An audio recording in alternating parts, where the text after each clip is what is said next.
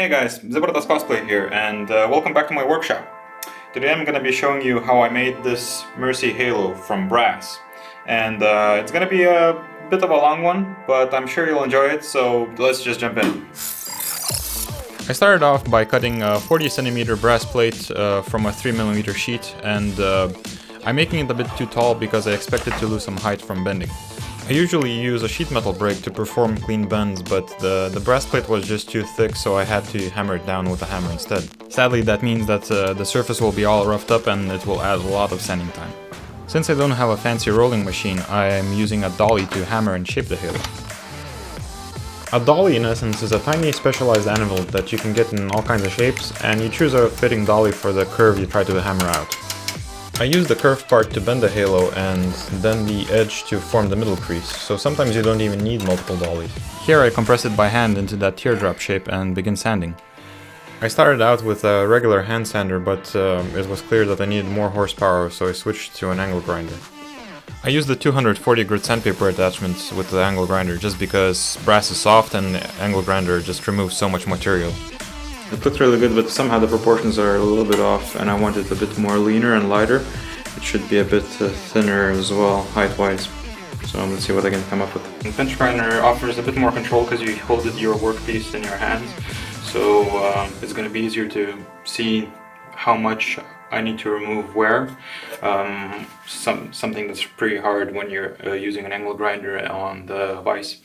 So, day one is over and this is what we have so far. As you see, I removed a lot of material from the top and bottom, making it a bit more thin and true to reference. Sadly, the surface was really damaged from the shaping, so when I sanded it smooth, I lost a lot of definition in the middle crease. I'll try to restore it by grinding at an angle later. The next step is the side parts. I need to figure out how I'll make them and how I will attach them to the halo. For some things I prefer blueprinting on real paper because then you can get a better feel for scale. Before I cut a paper template out, I back it up with tape to make it more durable. I don't have many tools, so I have to achieve precision cuts through extra work. Here I'm removing the excess material with an angle grinder. And when I need more control, I switch over to the bench grinder so I could get closer to the etched line. Finishing touches with some hand files, and then I bend the pieces to give them some more depth. And this will make them reflect the light much nicer and give that 3D look. Then I made the last checks where the legs will sit and marked for symmetry. Although I thought the fit of the two parts was close, I had to prepare some more. Brazing does not allow such big gaps between pieces and I risk nothing sticking if I proceed. So this meant more filing and fitting, both of the halo and the leg. Yeah, much better now. Now it's time to braze. Brazing is a method of combining two pieces of metal together, kinda like welding but using a temperature below the melting point of the parts. Also, brazing means that you melt the filler metal. In this case, I'm using silver. Here I'm deliberately adding more filler metal than I should, just because I will grind off the excess to hide the seam entirely. And here I'm adding some copper, just because silver is too expensive to waste. It's not really pretty right now, but I think I can fix it. Technically you shouldn't use the filler metal as a structural one, but with some angle grinding we can hide our trickery. With the nasty excess removed, I'll start shaping the legs. By grinding off the edges, I accentuate the curve of the leg. There's some discoloration with the silver alloy right here on the seams.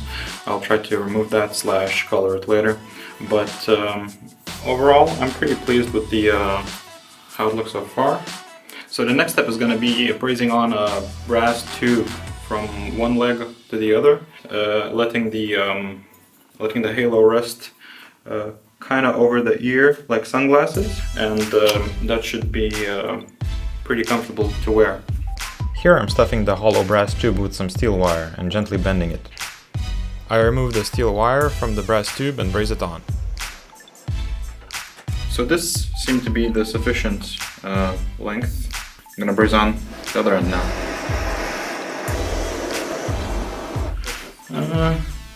So this is how it should look. So the next step I'm going to be working on is polishing this thing, but before that I'm going to have to remove the heat discoloration with some sandpaper. I cleaned up the halo. You can see there's still some darker spots, but that's for later. The next step is going to be figuring out the holes for the lights in the sides of the halo. In the reference it seems that the holes are as wide as the legs below them, just offset towards the middle of the halo. I don't have a mill, so I hammered the pilot holes for drilling. And then I drill out as much material as I can before manually shaping the holes with small files. This took a while, but I think it gives a pretty nice result. As you see, I removed all the excess material from the slots on the side of the halo, but now I'm gonna take some high grit sandpaper. I think I'm gonna start with like 400 grit or something, and remove the top surface of the halo and start polishing it with the polishing machine. The more you sweat in training, the less you bleed in battle. Same goes for sanding. If you want good results, you'll have to put in the work. Just take your time or you'll just end up doing it twice. Alright, so this is how the halo looks after 1500 grit sandpaper.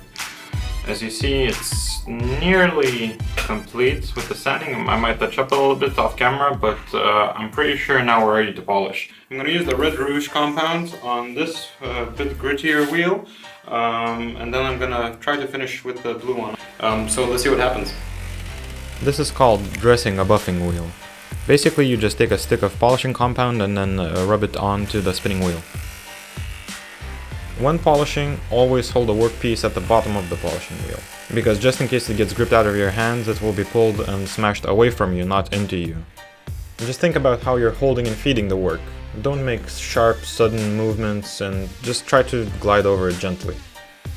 And you can already tell how much shinier the halo is. Look at that, it's almost perfect right now. There is some cloudiness going on, but I think it's because the compound is like oil-based, so I need to wipe it off with a dry towel. But this is how shiny it got only after the first pass of the red Rouge. Now I'm going to use the blue compound, which is supposed to be even finer and with a softer wheel, so it should actually bring out that deep luster and really make the highlights pop. There are many different colored polishing compounds. Different colors indicate a different grade of coarseness. Blue one, for example, is one of the finest ones, therefore I'm finishing the polishing process with it. In my experience, it doesn't have that much cutting power, as in it doesn't remove that much material, but it makes a really nice shine. You probably noticed that the polishing wheel is also different. Different wheels offer different properties. This one, for example, is felt, and it's exactly what you want to get a mirror shine. Also, it's a good idea to have separate wheels for each compound, because you don't want to mix them up. So this is how it looks after some cleaning. Look at that. You can see every detail. I'm really proud of this work. There's not much to say besides that there are some products you can apply to the surface of this just to keep it mirror finished for a little longer while before it starts tarnishing, because, you know, atmosphere. But for a little while, just let's enjoy how it looks just like this. And that's it for part 1, guys.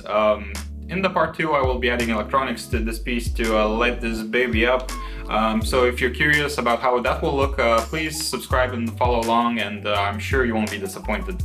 This video took me a couple of weeks to make, so I'm really proud of it, and I hope you were entertained by it. But also I know I made a lot of mistakes and maybe I didn't explain myself proper, so please let me know what I did wrong and how I could improve my future videos. In any case, see you in part 2.